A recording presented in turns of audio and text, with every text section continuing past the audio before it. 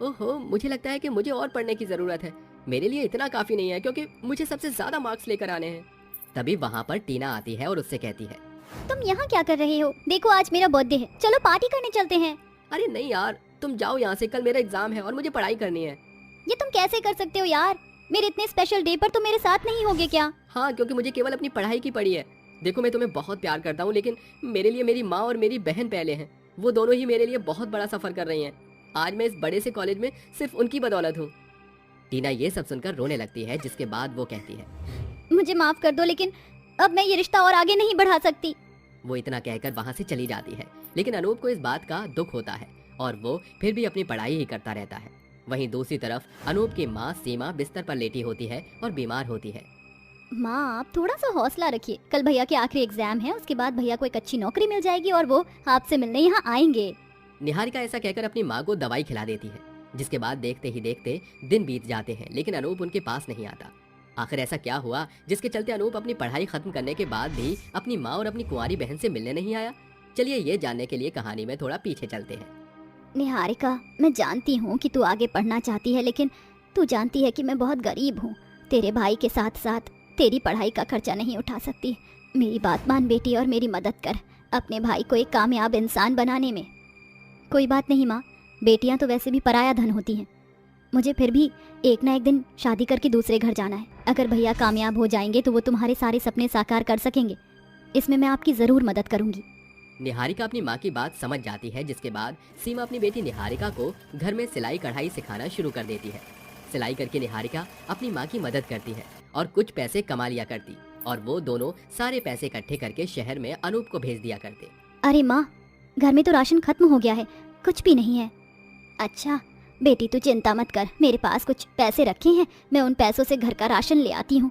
सीमा ऐसा कहकर राशन लेने के लिए दुकान पर जा ही रही होती है कि तभी अचानक से उसका फोन बजने लगता है। अरे वाह, ये तो अनूप का फोन है।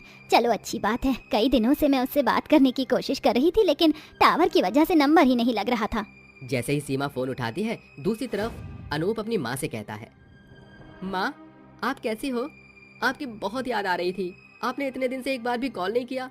बेटा मैं तो बिल्कुल ठीक हूँ, तू अपनी बता, तू कैसा है और पढ़ाई अच्छे से कर रहा है या नहीं? वो ये सब कह रही थी कि तभी पीछे से निहारिका कहने लगती है, अरे माँ, अकेले अकेले बात करती रहोगी क्या? मेरी भी बात कराओ ना भैया से। सीमा जैसे ही फोन देने वाली होती है तभी अनूप कहता है, माँ यहाँ मुझे एग्जाम की फीस भरने के लिए पैसे चाहिए और हर एक एग्जाम की अलग फीस जाती है। मेरे पास पैसे नहीं बचे माँ। अरे बेटा, तो तूने पहले क्यों नहीं बताया? मैं आज ही तेरे अकाउंट में पैसे डलवा देती हूँ, तू अपनी फीस समय से भर देना। ऐसा कहने के बाद सीमा फोन रख देती है। माँ, अगर आप पैसे भैया को भेज दोगी तो घर का राशन कैसे आएगा? अरे पगली, चिंता मत कर, हम दोनों मेहनत करेंगे और पैसा कमा कर राशन ले आएंगे, लेकिन अभी इन पैसों की हमसे ज्यादा तेरे भाई को जरूरत है। ऐसा कहने के बाद सीमा से पैसे अनूप के अकाउंट में डलवा देती है, जिसके बाद अनूप अपने अकाउंट से अपनी फीस भर देता है और एग्जाम की तैयारियों में लग जाता है। माँ, अब मैं खाने में क्या बनाऊँ? अरे बेटी, परेशान क्यों होती है? मैं काम करती हूँ, पड़ोस की विमला से थोड़े चावल मांग कर ले आती हूँ, उन्हीं को बना लेना, अचार से खा लेंगे। सीमा ऐसा कहने के बाद अपने पड़ोस की विमला के पास जाती है और उससे चावल मांग कर ले आती है, जिसके बाद निहारिका चावल उबाल लेती है और दोनों माँ बेटी चावल खाकर सो जाती है। अगले दिन सवेरे निहारिका पैसा कमाने के लिए सिलाई करना शुरू कर देती है। पैसों की कभी भी जरूरत पड़ सकती है, भैया के एग्जाम भी चल रहे हैं और फिर घर में भी पैसों की जरूरत पड़ती ही है। अगर मैं ज्यादा मेहनत करूंगी तो पैसे भी ज्यादा मिलेंगे। निहारिका ऐसा सोचकर दिन रात सिलाई करती जाती है, जिसके चलते वो 2 पैसे फालतू कमा लेती है और उन्हें जोड़ना शुरू कर देती है। ऐसे ही सीमा भी पैसे कमाने के लिए गांव-गांव जाकर लोगों के घरों में साफ सफाई का काम करना शुरू कर देती है। भगवान, मेरे कमर में तो बहुत दर्द हो रहा है, अब मैं क्या करूं? आराम भी नहीं कर सकती, काम सही से नहीं करूंगी तो मालकिन मुझे काम पर से निकाल देंगी। बेचारी सीमा क्या करती, उसके पास कोई और उपाय नहीं था, इसलिए वो चुपचाप दर्द में भी काम करती रहती है। शाम तक वो सारे काम निपटाकर घर पहुंचती है तो उसकी अचानक से तबीयत खराब हो जाती है। हे भगवान, मेरी बहुत ज्यादा तबीयत खराब हो रही है। निहारिका, मेरी बात अपने भाई से करवा दे, नहीं तो पता नहीं किस क्षण में अपने प्राण छोड़कर इस दुनिया से चली जाऊं। माँ, आप ऐसी बातें कर भी कैसे सकती हो? क्या आपको मेरा और भैया का जरा भी ख्याल नहीं है? आपके बिना हमारी जिंदगी कैसी हो जाएगी, जरा सोच कर तो देखो। निहारिका रोने लगती है और रोते हुए अपनी माँ को दवाई पिलाती है, जिसके बाद वो दोनों आराम से सो जाती हैं। वहीं दूसरी तरफ अनूप एग्जाम पास कर लेता है। इस दौरान उसकी गर्लफ्रेंड टीना से उसकी अनुबंध हो जाती है। टीना, जरा रुको तो सही, देखो मुझे माफ कर दो, तुम जानती हो ना मेरी माँ और मेरी बहन कितने कष्ट उठा रही हैं मुझे एक बड़ा आदमी बनाने के लिए। आज तुम्हें फैसला करना ही होगा, या तो तुम अपनी माँ को चुन लो या फिर मुझे। टीना के ऐसा कहते ही अनूप उसका हाथ छोड़ देता है। मैं अपने फैसले पर अटल हूँ, अगर तुम मुझसे प्यार करती हो तो मुझे समझोगी, वरना मुझे ऐसी लड़की अपनी जिंदगी में नहीं चाहिए जो मुझे और मेरे परिवार को समझ न सके। ऐसा कहने के बाद अनूप चला जाता है और टीना वहीं खड़ी रह जाती है। कुछ ही दिनों में अनूप अपने सारे एग्जाम क्लियर कर लेता है, जिसके चलते वो अपनी माँ और अपनी बहन को फोन करना ही भूल जाता है। काफी दिन हो गए, माँ का कोई फोन नहीं आया, मुझे ही कर लेना चाहिए। अनूप जैसे ही कॉल करता है, कॉल की दूसरी तरफ से एक आवाज आती है, this number is not reachable, please try again later. आप जिस नंबर पर संपर्क करना चाहते हैं वो अस्थायी रूप से सेवा में नहीं है। ओहो, लगता है गांव में बिजली नहीं आई होगी, इसलिए माँ ने फोन को चार्ज नहीं किया होगा। चलो कोई बात नहीं, कल मेरी जॉब का इंटरव्यू है, बस किसी भी तरह मुझे ये जॉब मिल जाए। अनूप ऐसा सोचकर सो जाता है और अगले दिन जॉब के लिए तैयार हो जाता है। जैसे ही वो अपना इंटरव्यू देता है, कंपनी वाले उससे बहुत खुश हो जाते हैं। वो इंटरव्यू को क्लियर कर लेता है, जिसके चलते कुछ दिनों में उसे जॉब के लिए ज्वाइनिंग लेटर मिल जाता है और वो अपनी जॉब शुरू कर देता है।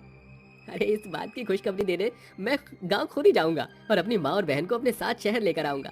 अब तो मैं और अपनी बहन की शादी एक बड़े घर में करूंगा। ऐसा सोचने के बाद अनूप अपने कपड़े पैक कर लेता है और अपने गांव निकल जाता है। गांव में वो अपनी बड़ी सी गाड़ी के अंदर से बाहर निकलता है और अपनी माँ की टूटी फूटी झोपड़ी में जाता है, जहाँ उसे कोई नहीं मिलता। जिसके बाद वो अपने पड़ोस की विमला आंटी से पूछता है, अरे आंटी, मेरी माँ और मेरी बहन कहाँ है? तुम्हारी बहन और तुम्हारी माँ ने बहुत कष्ट झेले हैं। कई दिनों से तुम्हारी माँ बहुत बीमार थी, वो तुम्हें परेशान नहीं करना चाहती थी। बीमारी इतनी बढ़ गई कि तुम्हारी बहन उन्हें हॉस्पिटल लेकर गई है। अनूप सीधा हॉस्पिटल पहुंच जाता है, जहां वो अपनी माँ और बहन की हालत देखकर रो पड़ता है। बेटा, तू आ गया।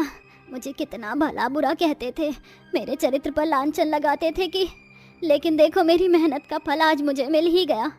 हाँ, मैं आप दोनों को और परेशान नहीं होने दूंगा। आज से आप अमीरों की जिंदगी जियोगी।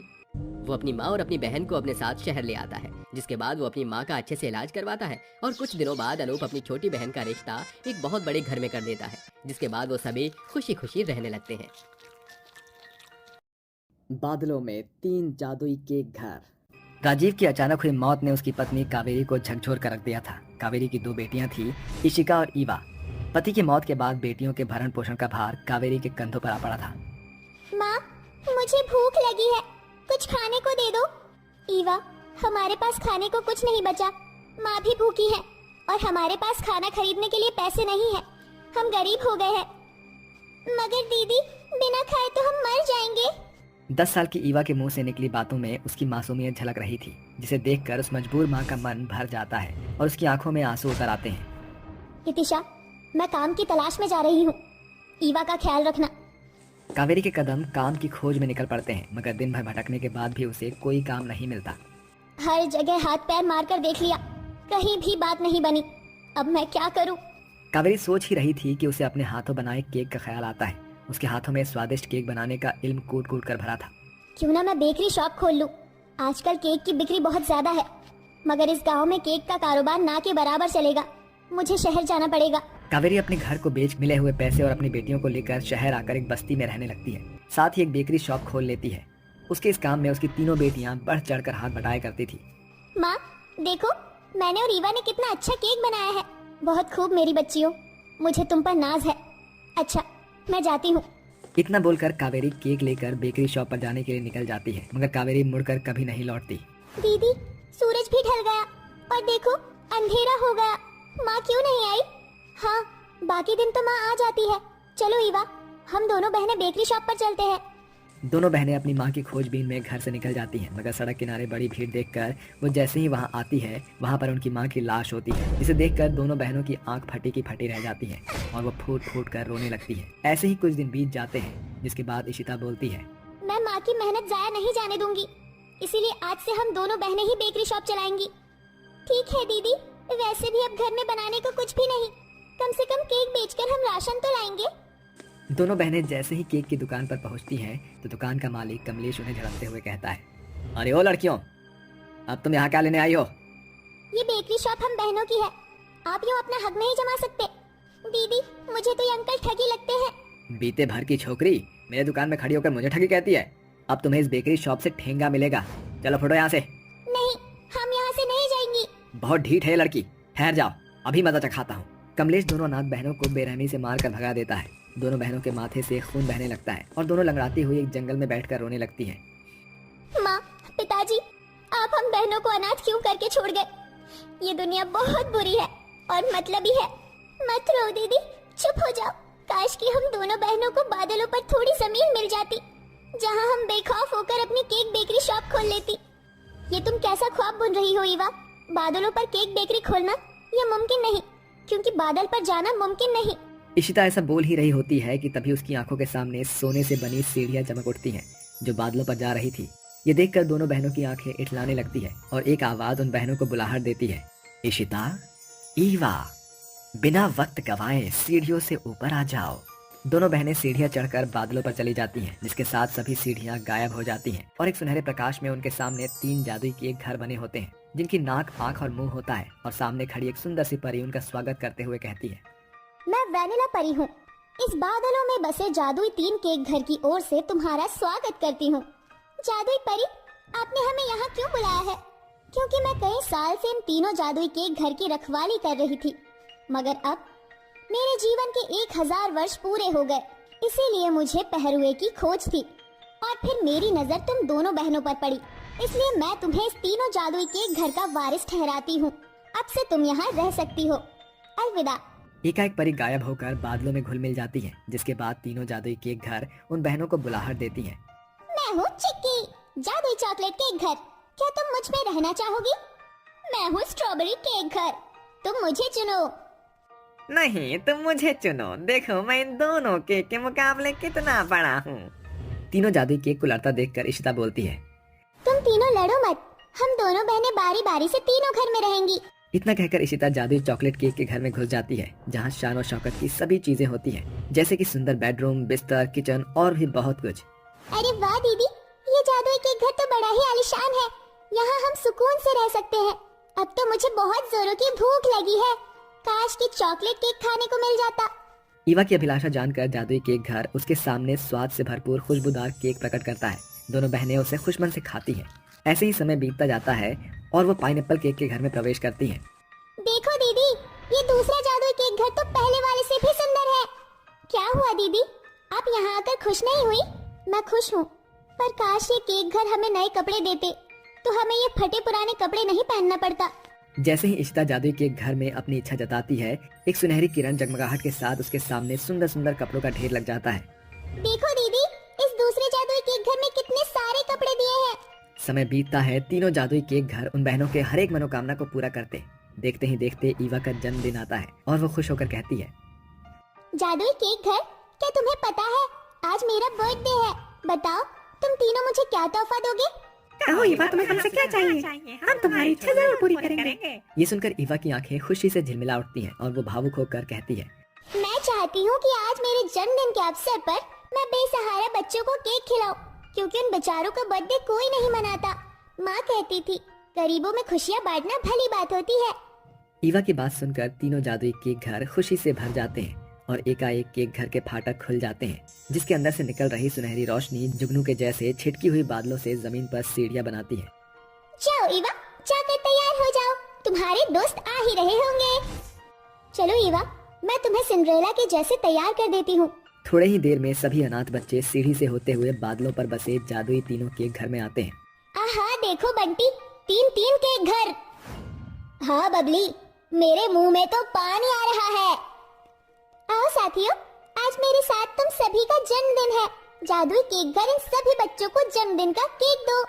ईवा के ऐसा कहते ही तीनों जादुई केक घर का मुंह खुल जाता है और उनके घर से अलग अलग केक बच्चों के आगे आ जाते हैं, जिसके बाद सभी अनाथ बच्चे बादलों के बीच अनाथ बहनों की बदौलत अपना बर्थडे मनाते हैं।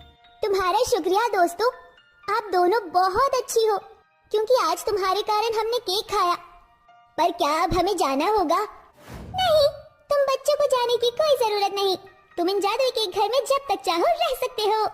ये सुनकर सभी बच्चों का बुझा हुआ चेहरा खुशी से खिल उठता है और सभी बेसहारा बच्चे जादुई केक घरों में खुशी से रहने